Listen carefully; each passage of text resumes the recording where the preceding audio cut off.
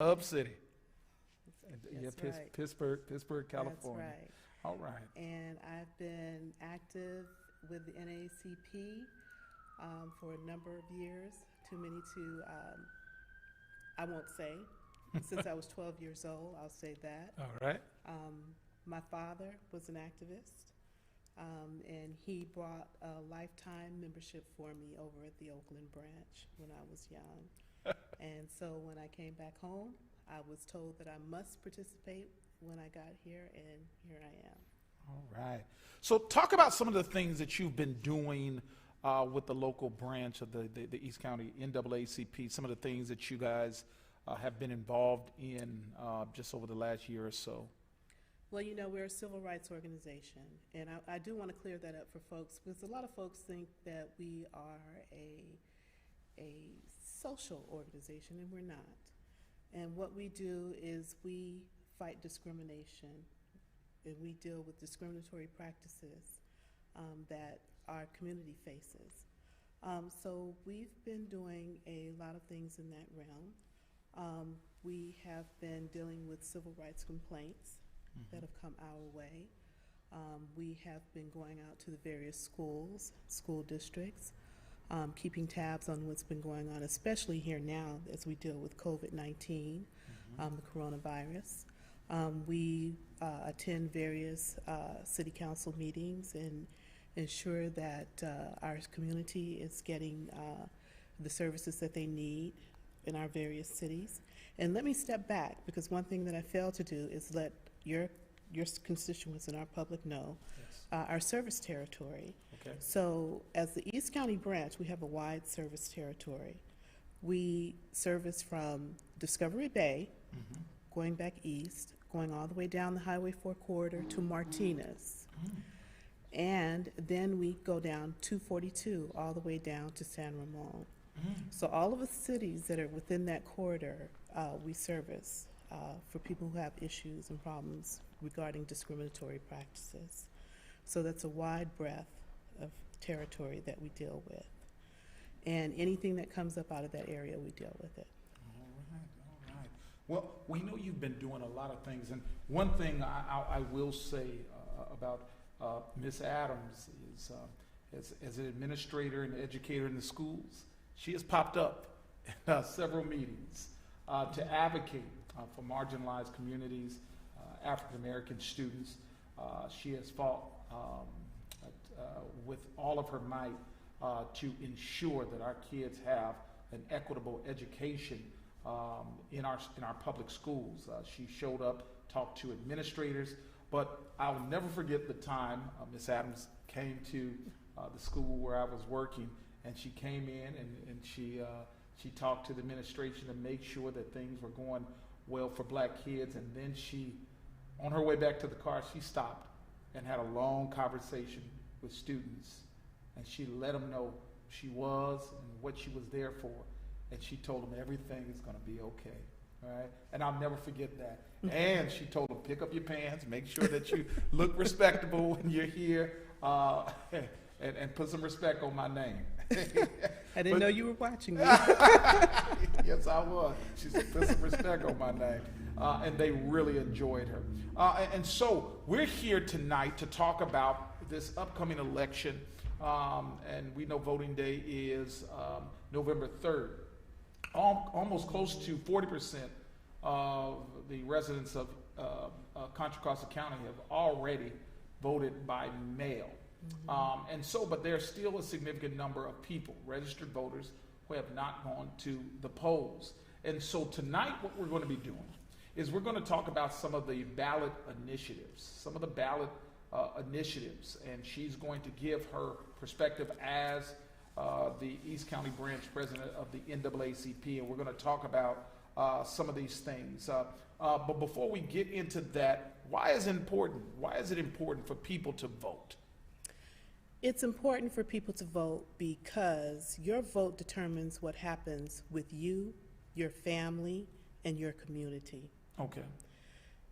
I tell the children, I tell everyone all the time, your power is within the stroke of your pen. Okay. And you cannot change anything if you do not vote. If you are disenchanted, and I hear this all the time, especially from the young people, that they are disenchanted with what's going on with the system.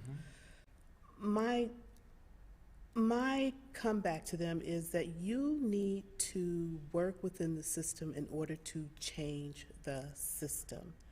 And you have that power. And what you do is when you find that there are people out there, there are politicians and there are representatives that you do not appreciate who are doing work that does not benefit you, then you vote them out. And the ballot does not run from the top down. The ballot runs from the bottom up. And so what you do is you vote in your community, and then you find people of like mind, and then you work to get those people into office. You run for office if people are not doing what you want them to do. If your politicians and your representatives are not doing what you want them to do, you run for office and you make that change. And then you discover, but you have to understand how the system works. So Ms. Adams is saying that young people especially, but everybody, and especially those from marginalized communities, must exercise that right to vote. That's right. And if we don't exercise our right to vote, what are we giving up? You're giving up funding, you're giving up the right to live where you want to, how you want to, you're giving up your education, you are giving up your working rights, you're giving up so many things, and that's why it's important. All right. So let's talk about some of the propositions that are here on the ballot, and let's talk about some of them. Let's talk about Proposition 14 that deals with stem cell. Let's talk about Proposition 14. And so the NAACP every year will come out with their recommendations on how they feel voters should vote on certain propositions. If you do not have the comprehensive list from the NAACP, it can be found on the East County North Star online black newspaper, www.eastcountynorthstar.org, and you can find and just scroll right down on the front page, and you can find those recommendations if you have not voted yet. So let's talk about Proposition 14. Okay, excuse me. So Proposition 14 deals with stem cells research. There's a institute, it's called the California Institute Regenerative Medicine Institute that's out there that's been engaged in stem cell research for a while. When they first started off back in 2004, they received a grant for about, I want to say $30 billion to engage in this stem cell research. The big deal about this research is that they are looking for cures for diseases such as sickle cell anemia, which affects our population, our African American population, Yes, ma'am. disproportionately. It also affects Hispanic people as well. Also cures for Alzheimer's, strokes, and Parkinson's disease, Yes. Things of that nature. But most importantly, sickle cell is what they're looking at. And they're trying to continue this research from what I've read and understand. At this point in time, they've used up the majority of their funding. This funding comes from a budget item that requires what's called a a super majority vote. 70% of the majority must approve this request. And so they're asking for, I want to say, 5.5 billion, something like 5.5 billion. And the majority of the voters have to approve that in order to get that. And so the NAACP and let me explain to you how that works. Our state representatives of the NAACP puts out the information that you were talking about and what their recommendations are. And so they are recommending that you vote yes on this so that they can continue with their research. All right. $5.5 billion in bonds. And $5.5 billion in bonds. Stem cell research Mm-hmm. to help cure diseases like sickle cell anemia. If you have a relative that is suffering from sickle cell anemia, you know that is a tough disease to deal with. And so the NAACP is recommending that you vote yes on Proposition 14. Let's move down to Proposition 15 that deals with taxing local businesses. Talk about that. Okay, so this one is interesting. So this tax is one that will require the commercial and residential properties to be taxed. And they will be taxed on a market value, which will dictate the revenue that will income into the state of California. Okay. Residential property is exempt for this at this time being, so you don't have to worry about that right now. But Prop 15 will only affect those properties that is valued over $3 million. So owners of commercial property usually lease those properties out. True. They lease them out to businesses, small business owners, and so forth. The issue with this property is that it will generate income. We understand that. But small businesses are the ones that will most likely be affected from this this proposition, because usually rolled up into their lease agreements is the requirement that they have to pay any increase in taxation.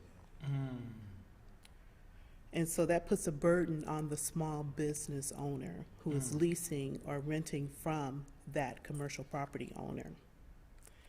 So what you are saying is this, then the local barbershop owner, The local barbershop, his taxes will go up.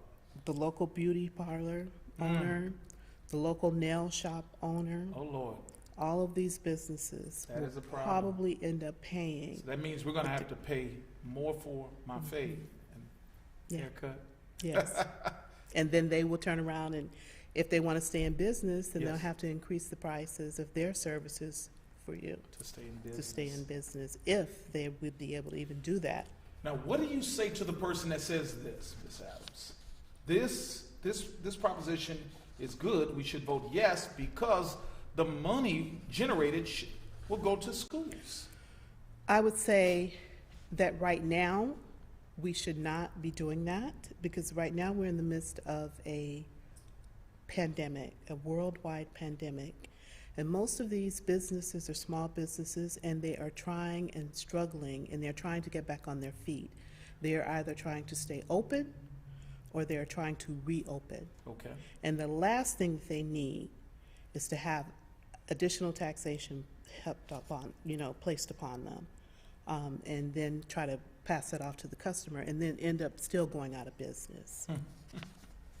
That would be a problem. I know in the city of Antioch, there are well over 25 independent brick and mortar black-owned businesses that would definitely be affected by this tax. And so that means next time I go to Freddie B's barbecue, exactly. I'm going to spend a little extra for the red snapper.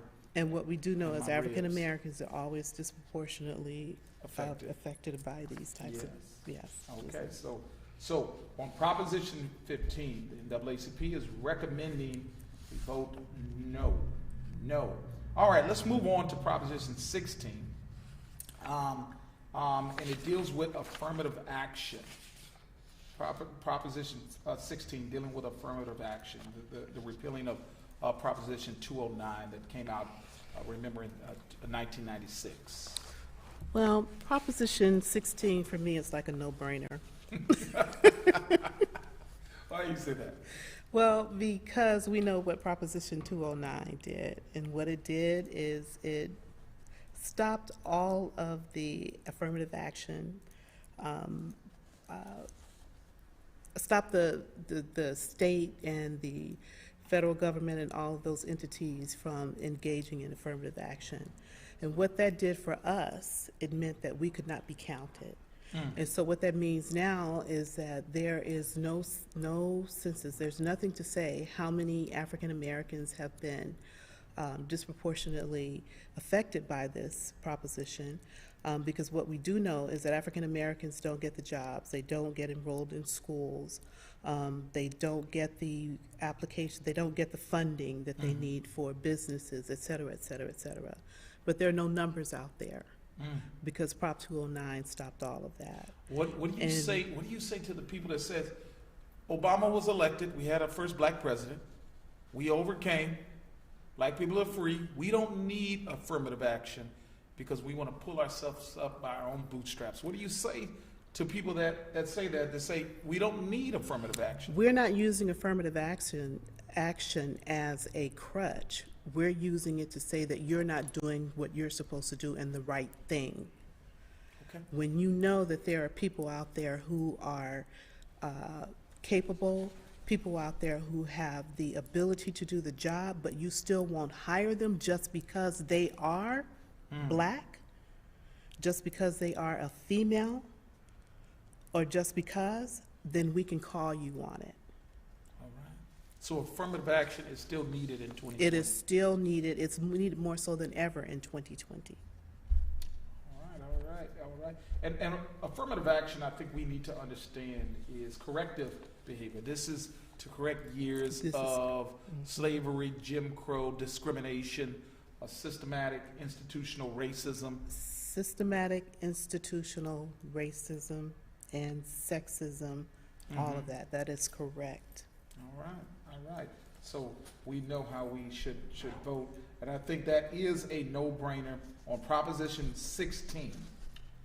We are saying yes. And notice I said we are saying yes. And that is a no-brainer. Yes. You know how to vote on that. Okay, so let's just move down. Let's look at Proposition 25. Proposition 25. All right. Let's talk about 25. Now, this has to do with bail and cash. And I don't know if you have relatives that have been to jail, but we know statistically that 1 out of every 3 African American men, one time in their lives, will go to prison. That's 1 out of every 3. And that there are more African American men in prison than there are female prisoners on the planet. Okay? So talk about disproportionality, and that disproportionality exists still here in Contra Costa County. And so that's an issue. So let's talk about that proposition.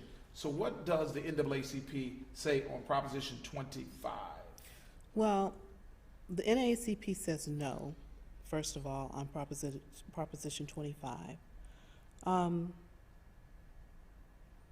And one of the reasons is that it's believed that this proposition, again, would lead to longer incarceration periods and would affect a disproportionate number of African Americans and Latinos in the end. And the reason is because to end cash money bail would mean that everything is dependent upon an algorithm. Talk about that. And so we're talking about a computer program that is designed to determine whether or not a person is worthy or not to be released from prison, or jail rather.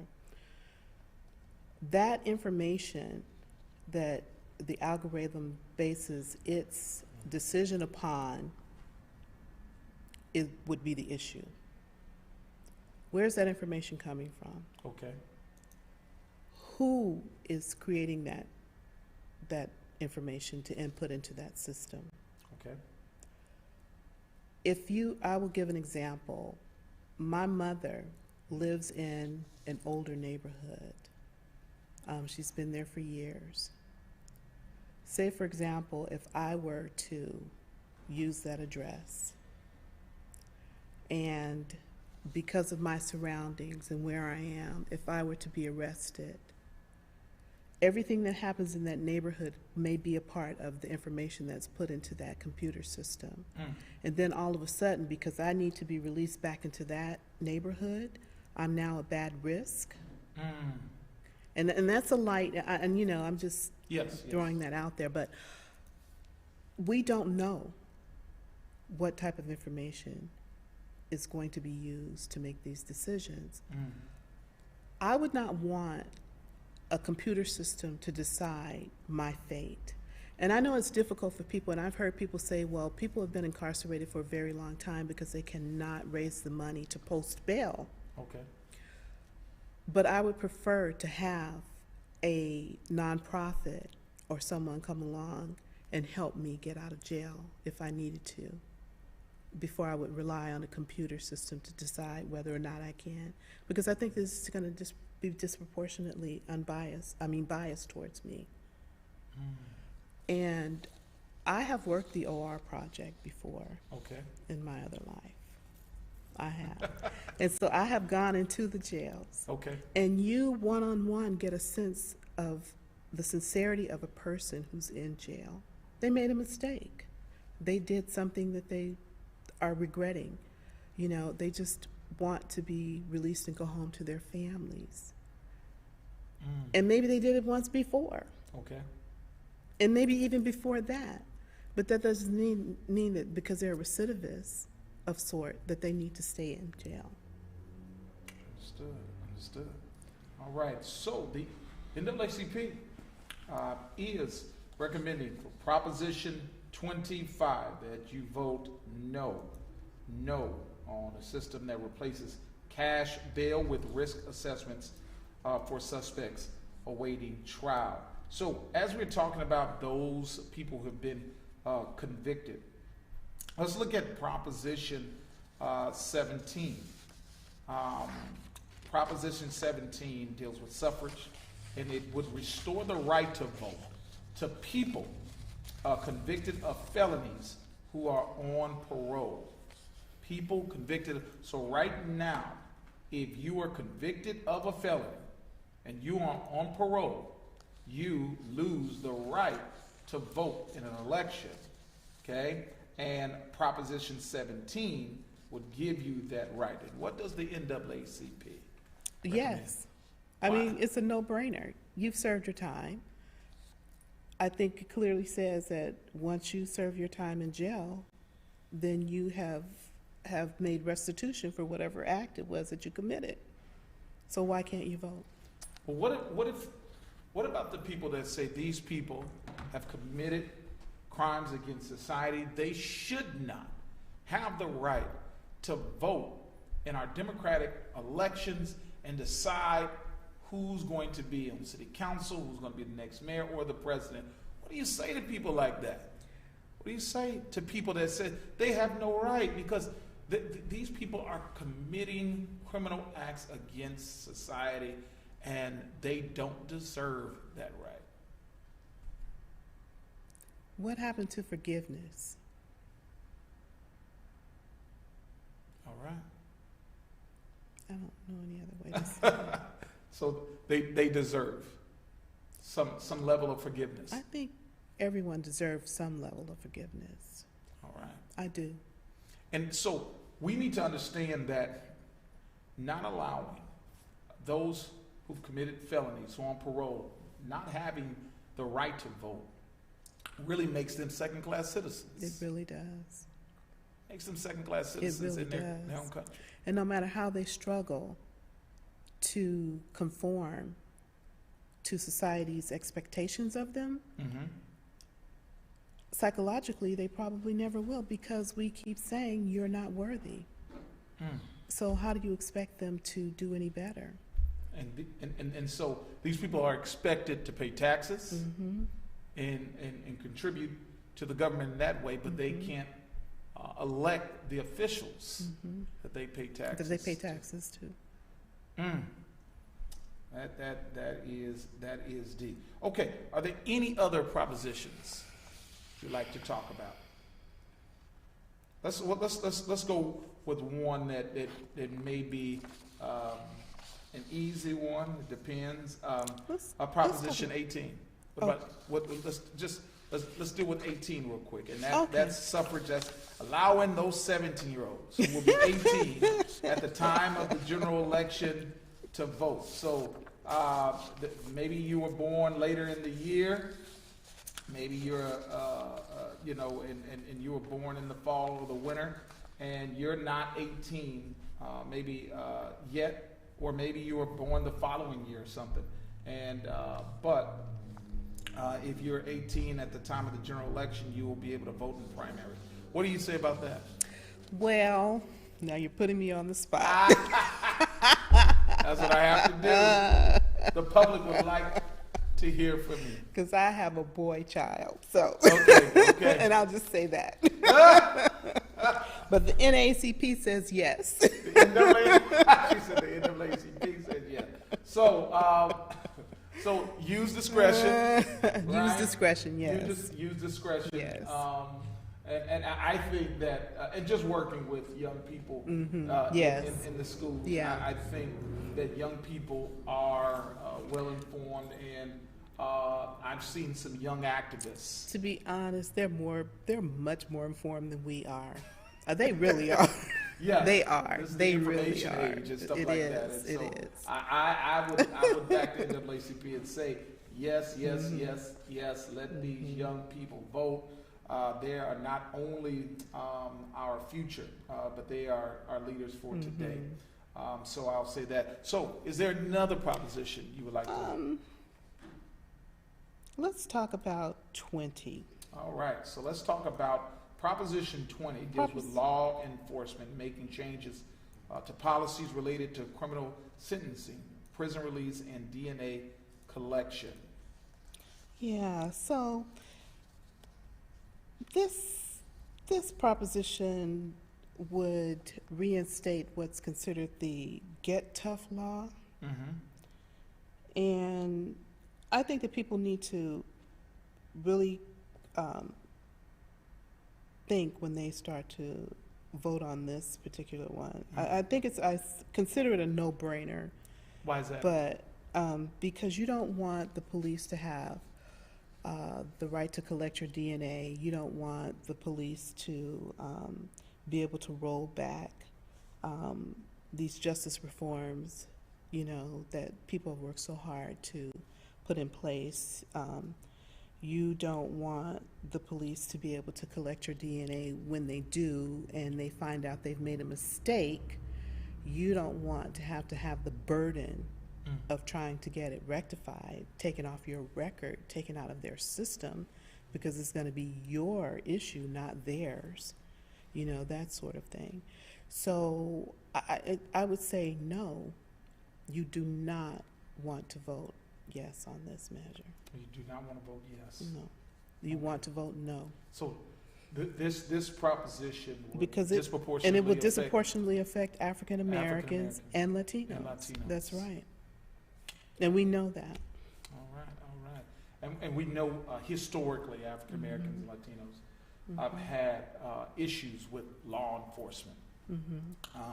And we know that the purpose of policing, how policing came about in this country, how they evolved from the slave catchers, and so this is something I think that is very important. So the NAACP at this time for Proposition 20 is recommending that you vote no. Again, these are recommendations. Recommendations. You vote how you see it. You vote your conscience, Yes, but recommendations. You do your research. That's right. You do your research. And it's important that people understand that they need to do their research when they look at these propositions and they vote on them.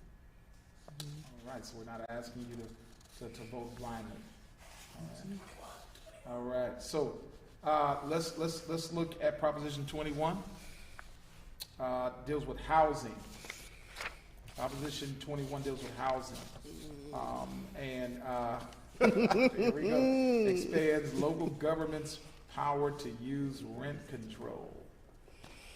Now, that's a tough one. Okay. So, from what I understand about this one, is that the expected outcome of this is or what will happen is that it will circumvent local ordinances, and it will raise statewide rent caps and reduce the housing supply would be the outcome of that. Governor Newsom signed AB 1482 at the beginning of the year, and he set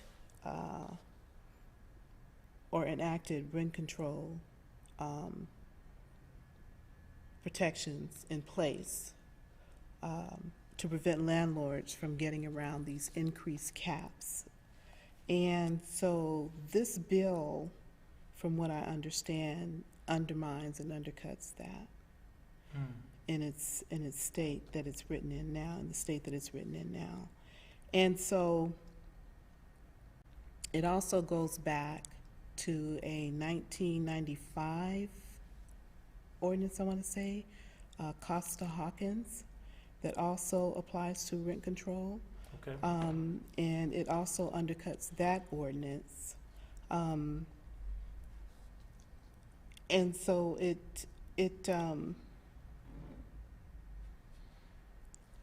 the proponents, they feel that it will help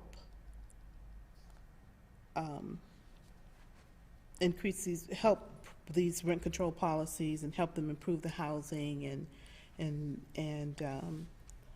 stem the tide of evictions and displacement. But what we're believing, or what we're seeing again, is that it's going to undercut that. It will allow local agencies or local ordinances to set their own rent control laws. And then that depends on where you reside as to whether or not you'll benefit from that. And since we have a statewide rent control ordinance in place, you don't want that undercut. You don't want it to go from city to city, county to county. So we want to keep it statewide. Okay. And how would that benefit, in your opinion, African Americans? Well, again, African Americans make up the bulk of, a lot of renters, let me put it that way. Yeah. And we know that it's difficult to find housing. African Americans are being displaced. True. Let's say like places like San Francisco. Yes, they are. Out of place, and now Oakland, and moving and migrating to areas, process outlining suburban areas. Gentrification. Gentrification One is of the major process, problems with right? Black America. So then they have to deal with renting, finding places to rent homes and apartments, and this would be a burden for them. So if this bill was passed, I believe it would be a burden for them. I think that the laws that are already in place, I think, would work more beneficial for them Could be beneficial at this point. for African Americans right now. All right. So that's Proposition 21 that deals with housing. The NAACP is recommending that you vote no on Proposition 21. Are there any others you would like to cover in the moments we have left? One other that comes to mind is the issue on the dialysis. Okay. And pretty controversial. It's pretty controversial, yeah. Proposition 23, dealing with healthcare, requires a physician to be on site at dialysis clinics and consent from the state for a clinic to close. And the NAACP is recommending no. Okay. And this measure has come around before in another form, a little bit more disjointed. And so the idea, again, is to have a physician at the sites, at all of the sites, any sites that are open. And we feel that would be costly. Mm. It would overburden the system. And then these sites would start shutting down. And especially in rural areas, if you required that, you may not get the type of doctor that you're looking for, that they're looking to have there. But the physician on site, obviously, for proponents of this bill would say that it would, what do you say to those that would say it would assist those dialysis patients in getting the proper care they need? Well, they're not, what is it called, a nephrologist, the kidney doctor? Yes. They're not a kidney doctor. All right. So why would you have a physician there who does not have the expertise in the area that you're treating? And it's my understanding from what I've read and studied and been told that the nurses are specialized in those areas, that are always there on site. And they're there working with the patients and they know what to do. And in fact, I was told a story about a patient who had an emergency situation. The doctor that was there was not a specialized doctor, a nephrologist, gave him some sort of medication he should not have taken and caused him more harm. And I mean, I was just told that story the other day. Mercy. So Mercy. You have to be very careful in these situations. And I think and I'm a layperson, I have medical people in my family, but not me. Okay. So I don't think I should be making a decision for anyone. All right. All right. So the NAACP believes that this proposition would negatively affect those receiving dialysis. So if you have someone on dialysis that you know, family, friend, relative, enemy, or ex, the NAACP believes that this is going to negatively affect their treatment to require a medical physician on site. And you're going to start to see the closure of these dialysis clinics. And we know that this is the lifeblood of dialysis patients in order for them to have a good quality of life. And so for Proposition 23, the NAACP is recommending that you vote No. no. No. No, No. no, and no. All right, all right. Are there any other propositions that you would like to cover? No, I think that's, I think we've done pretty well. All I right, think we've all gone right, through them all. all right. And so, before we come to a close, we want to thank everyone for watching. Do we have a few minutes, though, to just impart some information about the vote and Definitely. getting it out? There's some things that people ought to know. First of all, early walk-in ballot begins on the 30th of October. October. And so those voting sites will be open starting Friday. They will be open on Saturday, on Monday, and on Election Day. So where you live, you need to check online and check and see where your early voting sites are if you so choose to vote in person, okay? Of course, they're asking you to mask up, suit up, and get there, and personal protective equipment, and be there and cast your ballot. There are other ways that you can vote. As you all know, you can vote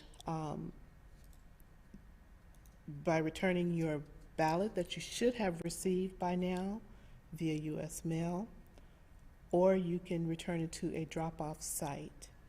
And all of this information is online for you. And we just want to make sure that you are aware of that. And if you are not registered to vote, it is still time for you to get a conditional ballot and it is still time for you to register, get a conditional ballot, and vote. okay? And can you, I believe in this county, show up same day? And you can, the same day, All right. the very same day. But you have to vote. But If you you do it on have to election day, vote. If you have do to it on vote that election day, you have to vote that day at That's your right. polling place, that's right. Mhm. So, if you've already voted, you can go online and you can track your ballot and ensure that your ballot was accepted, okay? And you can sign up at https://california.ballottracks.net/voter/ okay? If you need to verify your registration information, you can go to www.contracostacorps.us. And if you want to know where your polling place is or where you have drop boxes, you can go to caearlyvoting.sos.ca.gov. Okay? All right. And so we are well aware, if you know anything about the East County branch of the NAACP, that elections are coming up, and you are running for another term? Yes, I am. All right. I am. And let me just say this, and she won't brag on herself. Miss Adams is a freedom fighter in this area. She is, in my opinion, the Viola Davis of East County. Okay. She comes in with a very smooth tone, but she will come in and get things done. And she, in the tradition of Moses, have no problem speaking truth to power and confronting systems of inequality. And so she is running again for another term, and we wish you success. Thank you. In your bid to be the East County NAACP president for the next 2 years, and the elections are coming up on the 19th? The 19th of November, that is 19th correct. of November. So if you are a member of the East County branch of the NAACP, make sure that you get out and you vote. And Ms. Davis would appreciate your vote. She would appreciate so that we can go ahead and continue some of the wonderful initiatives that she has started in this area. And before we sign off, I want to say thank you so much for watching. We have so many great things in store for this county. Mm-hmm. We have an online newspaper called the East County North Star. Go on that newspaper. That newspaper is for us, through us, by us. It's 100% black owned and operated. And it's funded by local black residents of East County who just send in money to make sure that the paper is there. And it comes out every month. And from these issues, you get news from a black perspective. If you log on right now and to our politics page, you will see all of the African American candidates that are running for various offices in East County. We are nonpartisan paper, and so therefore you won't see us favoring Republican candidates or Democratic candidates. So it's not a red paper, it's not a blue paper, it's a black paper. And so we love black folks. And so it's a wonderful paper, and I'm so glad to work with that paper. And if you have an article you want to submit, just go ahead to the front page, go all the way down to the bottom, and email the article you would like to submit for that particular paper. We were able to sponsor a mayor debate for the city of Antioch, and if you didn't know, Antioch now is the black capital of Contra Costa County. There are more black people that live in Antioch than they do Richmond, and so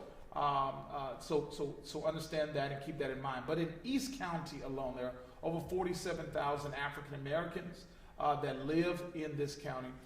and our voice needs to be heard at the ballot box. But don't just stop there. I believe voting is essential, and you should vote. But voting in and of itself won't do it. You have to understand that you have to have an economic base as well. So make sure that you go out and support Black-owned local businesses to decrease Black local unemployment. Make sure that you do that. Also, these Black candidates or brown candidates or white candidates, make sure that whatever candidate that you vote for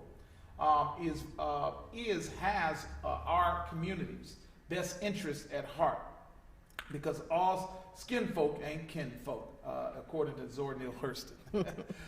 And so make sure that you research each candidate to see what they are doing for marginalized community, Black and brown communities. Make sure that they have our best interests at hand, and not only for the president. Remember, politics are mostly local. Make sure that you're voting for the right school board candidates, right? And make sure that you're voting for the right city council candidates, the right local treasurer. All these things are very, very, very important. Make sure that these candidates have our best interests at heart. Make sure that you get out there and make your voices heard. But also, these candidates that are backing you, remember, you have to back them financially. A lot of times we want our liberation, but we don't want to put our money where our mouth is. So it's very important that you go ahead and donate to these campaigns, and it's not too late. And even after the campaign, put some money on it, because some of them will be in debt after the election. So go ahead and make sure that you put some money to those local candidates that are advocating for marginalized communities. Thank you so much for joining us, Ms. Adams. Thank this you was very so much for having me. I feel like Maya Angelou was on the set. I feel delighted. I feel like I'm in the presence of greatness tonight. And so we thank you so much for coming. And so until the next time, and we're going to try to do this again this coming Sunday evening, and hopefully we will have some candidates that we can interview, and you can hear some of their platforms. And so we encourage you to do that. Until the next time, stay safe out there. Remember, you have the power to change your future by voting, by advocating for those candidates who advocate for us, and supporting local Black and brown businesses. The stroke of your pen. There it is. There it is. Until the next time, take care of yourself. God bless. Take care. Take care.